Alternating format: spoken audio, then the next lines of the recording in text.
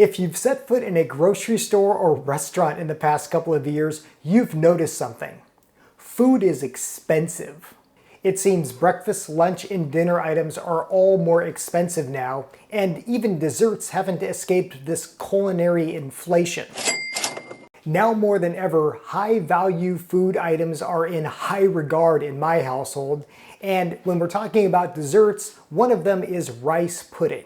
Now, on its own, rice pudding is a classic comfort food that is oh so good, but we're going to take it to the next level today. We're going to give it a brulee topping that truly makes it fire.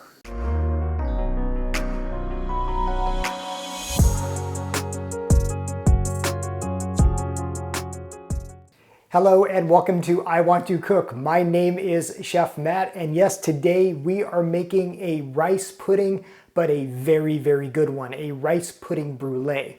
Now, just in case you've never had rice pudding before, it's a classic dessert and a very inexpensive one. It's usually made with a combination of rice, milk, an egg for some thickness, and there's often some sweetness thrown in the form of sugar, maybe some cinnamon. It's very customizable down to the type of rice you use and even the type of milk that you want to use. Now there's a couple ways to make rice pudding. One way is on the stove, where you combine uncooked rice and the milk along with the other ingredients, and you just simmer it until it gets nice and incorporated, kind of like a nice custard-like texture. But my preferred method, and the way that I'm going to show you today, is a baked rice pudding in an oven. And for this, we're going to use cooked rice. So it does involve a little bit of planning, just having some rice on hand, which in my household, we always do. As someone who is gluten-free, well, I eat a lot of rice, and even my dogs do, incorporate it into their homemade meals. Now, as for the type of rice, well, it can really be your choice. You can use a wide variety. Now, what works best is usually a medium grain white rice, but in my case, I only had long grain white rice on hand, so that's what we're going to use. Mine happens to be the enriched kind, so it has some extra nutrients as well. As for the milk, here again, it's your choice. Traditionally, you would use a whole milk for this, but I enjoy using like an almond milk. I think that gives it a nice flavor, but you can use whatever you want. Soy milk, hemp milk, banana milk, you name it. Anything's going to work. Now, rice pudding is good on its own, but mine is better from top to bottom, literally. That's because we are going to coat the bottom of our ramekins with a graham cracker crust, and then the top, the top, we are going to brulee it so that it is a nice, crispy, sugary coating. Perhaps best of all, this is so inexpensive to make. This only cost pennies. So let's get into it. Okay, if you can combine wet and dry ingredients and put it in an oven, you can make rice pudding. So here's how we're going to do this. We're going to use 2 cups of rice here, and you just want to make sure that all the grains are kind of separated. If there's any clumps, you can just kind of break those apart. And again, this is just some leftover white rice that I made the other day. So boom, there's 2 cups of rice, and by the way, I will put the full ingredient list in the description below. So that's our dry ingredients. Now we're going to add our wet. This is a 1.5 cups of milk. In this case, I am using some almond milk. I'm also using 5 tablespoons of brown sugar and a little bit of cinnamon. It's already starting to smell so good in here. We're going to use an egg. Just plop that right in. And we can't forget, oh, I love this stuff. This is vanilla extract. We're just going to use just about a teaspoon. Now what we're going to do is mix everything all together until it is nice and incorporated. Oh, and I almost forgot the butter. We're going to add just a couple tablespoons of butter to this. This is going to make some nice richness as well. So get this all together. Now, I had mentioned a graham cracker crust, and to make that, well, I've got some graham crackers. These are gluten-free kind because I'm gluten-free, but you can use any kind you want. Put them in a zip-top bag, and we're just gonna crush them all until they become nice and crumbly. And well, these hands, these are the original food processor. I like to make my rice pudding in individual ramekins. You could make it in a larger casserole dish if you wanted, but for these bruleeing, well, this is the way to go. It also is easier to put these graham cracker crust right on the bottom.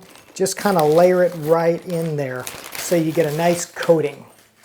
Okay, I've got the graham cracker crust in my little Le Creuset ramekins here. Now we are just going to pour this mixture into each of them, and we want to get about the same in each cup so that everything cooks nice and evenly. If there's a little bit more, a little bit less, that's all right. And if you like your rice pudding to have a little more or a little less liquid, well, you can always vary the ratio of rice to liquid. That is totally fine, but I promise you, however you make it, it's going to be delicious.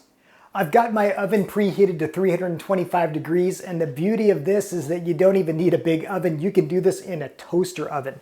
So we are just going to put our ramekins right in here. And as for cooking time, it's going to be between 25 and 40 minutes. It really depends on your oven, your ramekins, a bunch of other things, but just kind of keep an eye on it. You really just want these to set. And all that means is that when you kind of stick a knife in it, it comes out and it's not super gooey. It's, pretty clean. So we are going to let these go for, I'm going to say about 40 minutes, and I will meet you back, and then the best is yet to come.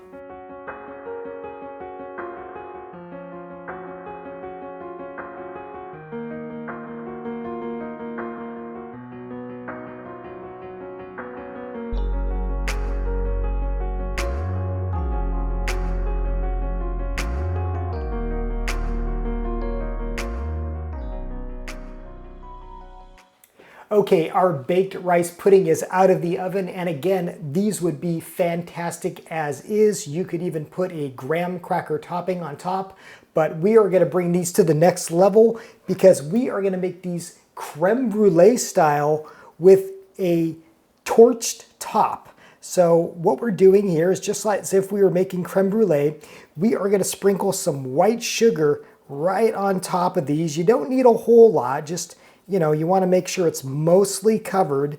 I advise using white sugar for this versus brown. I find that brown, it can scorch a little bit and kind of burn. I think white sugar is really the way to go for this. Now comes the fun part. We are going to take our torch here, light it up, and we are going to get torching just like this. This is so much fun, and it makes kind of an extravagant showing, but more importantly, it makes it so delicious. So all you want to do is kind of torch this sugar here until it starts to, kind of caramelize, and you can see it just kind of just catching here. That's exactly what you want. This is how you make a brulee. And we're going to do this on the rest of these until this topping is nice and crunchy. I mean, come on, look at this. This is rice pudding like you have never had it before.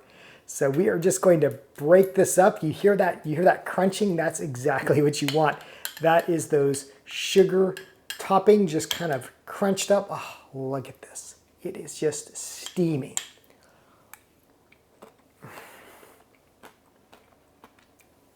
Next level. So that is how to make not only rice pudding, but rice pudding brulee. I hope you give this a try and you enjoy it as much as I do. I like to serve this warm. If you have any leftovers, you can put it in the fridge and then you can just kind of reheat it in the microwave. Whatever type of rice, whatever type of milk you're using, I think you're going to absolutely love this. And best of all, it is so inexpensive. So please give this a try and let me know what you think. Okay, trivia time. Last week I asked you to identify this strange device that is not a microphone, and several of you got it right. It is indeed a muddler, and what you do is you use this to pound down herbs and things, especially in drinks, to kind of, bruise them up and release their essences and make beautiful cocktails like mojitos or fojitos or the like. So this is indeed a muddler. For this week's culinary trivia, we are headed back to the produce section, and what on earth could this thing be? It kind of looks like one of those trolls, doesn't it? Well, it's not a troll, and it's definitely edible. If you know the answer or you have a guess, put it in the comments below. I will, of course, let you know what this thing is in the next video. As always, thank you for watching. Thank you for subscribing. Until next time, I hope you want to cook.